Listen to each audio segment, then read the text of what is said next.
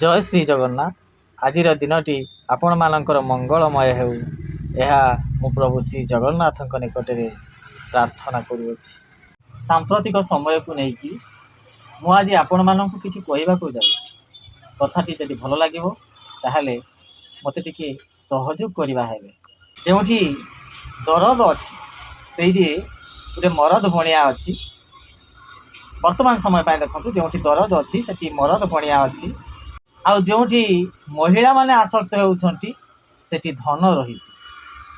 बड़ कथा है जो सुजोग अच्छी वर्तमान समय से विराट बड़ धोखा सृष्टि हो बंधुता सृष्टि होती गरदारी ही तैयारी ये वर्तमान सांप्रतिक दिन मानकर घटनावलीर कथा मुझे आपण मानक कहि ए सब को आखि आगे रखी आपण माने सतर्क हूँ एवं सचेतन हुआ। धन्यवाद। जय जगन्नाथ।